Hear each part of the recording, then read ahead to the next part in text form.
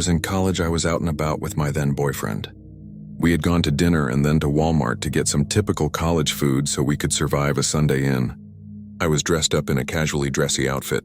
We decided to split up while we shopped, maybe to make it quicker, but I don't remember the exact reason why. I was wandering the grocery aisles when I noticed this girl who looked about my age. In a friendly manner, we casually smiled at each other and continued shopping. It didn't seem weird at first, but I kept seeing her in the same aisles as me, and a big muscular man was never far behind us. Eventually, I texted my boyfriend and asked where he was, then continued shopping. Next thing I know, the girl approaches me and says she loves my jacket. I said, "Thanks, Maurice's," and tried to move on. She stopped me and said something along the lines of, "Hey, you look like you're my age and seem really nice. I just moved here for a new job and a company my friends and I are starting," and then started asking me questions about where I was from. I was vague and untrusting with my answers, noticing this wasn't normal. Then she said, "I'm looking for more people like you and me to work for our company. It's kind of a warehouse job and I'd love for you to be one of our bookkeepers. You should give me your number." I replied, "That's so nice of you to offer me a job, but I'm not a desk person and already have a job I love." She responded, "That's a bummer. I thought we might work well together. Well, would you want to give me your number so we can hang out? I'd love to have a friend who can show me around the city." I realized that I wasn't getting out of this situation until my boyfriend showed up or I gave her my number. Eventually, I rattled off a fake phone number and said, "Hey, I'll catch you later, I gotta go." Then I walked away, praying my boyfriend would be nearby so we could get out of there. While I was looking for him and trying to call him, the girl caught up to me and said, "I tried to call you, but it said the number was out of service." As I tried to come up with a quick excuse and said, "Maybe you typed it in wrong," she noticed my phone was unlocked and in my hand. She quickly snatched it and called herself from it. I was so flustered and mad that I snatched my phone back right as my boyfriend came around the corner. He instantly recognized something was wrong and said we needed to go. When the girl saw him approach, she looked disappointed and stopped trying to interact. We ended up buying nothing and leaving. That night we called our parents and the police. The police said they didn't think it was anything ill-intended, but I was sure it was probably trafficking. I even considered switching my phone number because I was so scared. I blocked them and turned off all location access on my phone. I was too scared to go anywhere alone for a while. I even told my coach so she'd be aware. A couple of days later, I got a text from a random number. It was the girl. She sent a picture of my best friend who was out drinking downtown with some other friends. The text said, "I met your best friend." She gave me your number because I told her I was looking for new friends. She showed me a picture of you and I said, "What a coincidence, I met her the other day and lost her number when I got a new phone." About 2 minutes later, I got a text from my best friend that said, "I gave your number to a girl who wants to make friends around here and is looking for people to join her business. Since I'm moving this week, I thought of you." I freaked out that she was with her and told her to get away and not to leave alone with her. I stayed up worried until my best friend got home. She said she was fine, otherwise I would have gone to pick her up. The next day, my best friend apologized and told me to block the number. She and her group had tried to ditch the girl, but she kept showing up at the bars they went to. She said the girl was relentless and texted her all night trying to get her to come hang out at her place. My best friend also said that when she asked about the business, the girl wouldn't give her many details, just that it was a warehouse somewhere, it would pay her great, it was in town, and that if she wanted a tour, the girl would take her. We never heard from this girl again. Today I was listening to a podcast and they mentioned different sex trafficking tactics. Two stood out. Vague jobs where they offer good pay but require you to come meet them for more details. And the new-to-town girl who desperately needs new friends. I've been thinking about this all morning. I'm glad I trusted my gut and that my friend didn't go with that girl. But I'm still mad the cops brushed it off and said it was nothing. I hope they at least logged the tip that night, but I doubt it.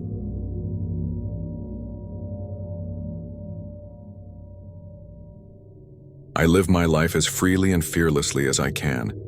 Or at least I try to. At the time of this story, I was 23. My birthday had just passed on November 29th, making me 24 now. I'm only 5'2", around 170 pounds, strong enough to help move furniture, but not strong enough to defend myself the way I wish I could.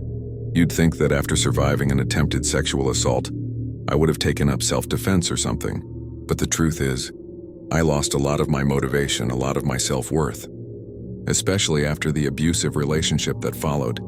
But that's a story for another day. This story starts a few months after I moved from Miami to Jackson, Tennessee. I'd just gotten out of that abusive 3-year relationship, and my new boyfriend and I had been spending our weekends hiking, trying to enjoy peace again. Tennessee, despite its quietness, is honestly beautiful. One weekend in June, we visited a place called Narrows of the Harpeth. It wasn't the most impressive hike we'd done, but it was peaceful. We swam, smoked a blunt, took a few shots, nothing crazy. Eventually, we packed up to head back to Jackson, which was about an hour away. I slipped on my short dress again, the kind that stops just above the knees. I've always been comfortable in my skin. I don't dress for attention, I dress for me. I just expect people to respect me the way I respect them. Anyway, on the way back to the car, I tripped, scraped my leg badly. That thing scarred too. I told my boyfriend we'd need to stop by Walmart once we got back so I could clean the wound with hydrogen peroxide and neosporin. He agreed. We got to Walmart around 9 p.m., early by night owl standards. I was still tipsy, and the high hadn't quite worn off yet, so I was a bit loopy and distracted. I remembered my boyfriend had gotten me the wrong phone case, a Max instead of a regular iPhone 11 Pro, so I wandered to the electronics section to look for a replacement. He went to look at some games and a PC. You know how Walmart displays their phone cases? Disorganized and way down low, so you always end up crouching and bending over to see anything. I was doing just that when I noticed a man already standing there. I said, "Excuse me, sorry, can I see those cases you're standing in front of?" He didn't say anything, just looked at me. A blank stare, but it felt dirty. He finally nodded and stepped aside. 5 minutes passed. I was crouched down, flipping through phone cases when a woman with 2 small kids suddenly approached me. I was caught off guard, especially since we were still in the middle of the pandemic and she was way too close.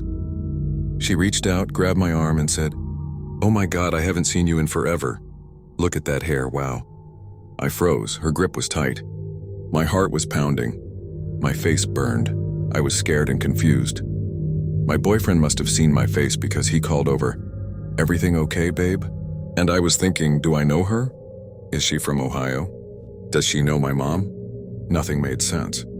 Then I tried to turn around and the woman immediately said, "No, don't turn around, walk with me, please, trust me." And something about her tone. I don't know why, but I trusted her. I followed. She led me just a few steps away, near the baby clothes, still close to electronics. That's when she whispered, "Baby, I'm sorry to scare you, but there are 3 men surrounding you. I saw one of them taking photos and videos of you while you were bent over. Another was that guy you just spoke to. I don't know where the third one is now." Everything slowed down. I could hear a ringing in my ears. I felt sick. The only way I can describe it is like a blackout while still awake. I snapped back and saw my boyfriend and the woman's kids looking at me, visibly worried. I turned around and there he was. The short, muscular Hispanic man, probably around 40, 5'1" at most. His eyes were filled with rage. I'll never forget it. It was like someone had stolen his last chance at survival. Then a second man joined him. A white man, taller, maybe 5'11", also in his 40s. They talked, looked at me, talked again. Then they started walking toward us, slowly. I didn't wait. We turned toward the registers, and that's when I thanked God. There were cops at the front of the store. 3 of them. I pushed through the crowd repeating, "Excuse me," my voice shaky, tears in my eyes. I looked back, and now all 3 men were standing together watching me. That's when my heart dropped. They saw the cops too, and turned around, walked off like nothing happened. But I wasn't going to chance it. I'm a black woman, tipsy, high. I didn't trust the situation to go in my favor if I went up to the police. All I could think was, "Get to the car, don't stop, run." My boyfriend could barely keep up with me. At one point, I was gripping his hand so tight he had to pry my fingers off. I didn't care. I was not going to become another missing sister. We made it to the car and sped off. We pulled into a Sonic and stayed there for an hour, just to be sure we weren't followed. We replayed everything, tried to make sense of it. I kept thinking, what if that woman hadn't seen them? What if we had walked into the parking lot alone? I don't even remember if I said thank you to her. That night, I had a nightmare. In it, they attacked us in the parking lot. I saw the third man, he shoved me into the trunk.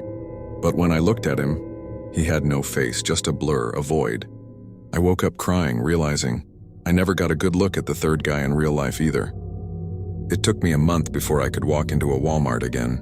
Even now I avoid them. Since then, I've moved states and I've only stepped into one Walmart once. I still think about it, about how easy it is to become prey, even in a place as mundane as a Walmart.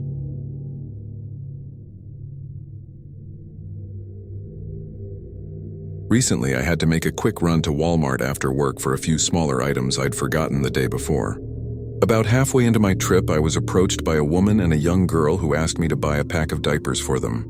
Now, I do enjoy helping people whenever I can, but something felt incredibly off-putting about this situation. Something about the way she strode right up to me and asked. It all felt very rehearsed. I told her no in the most polite way I could muster, and she nodded and went on. I was prepared to deal with potentially having turned away a woman who genuinely needed help, but like I mentioned, something still felt really wrong about it.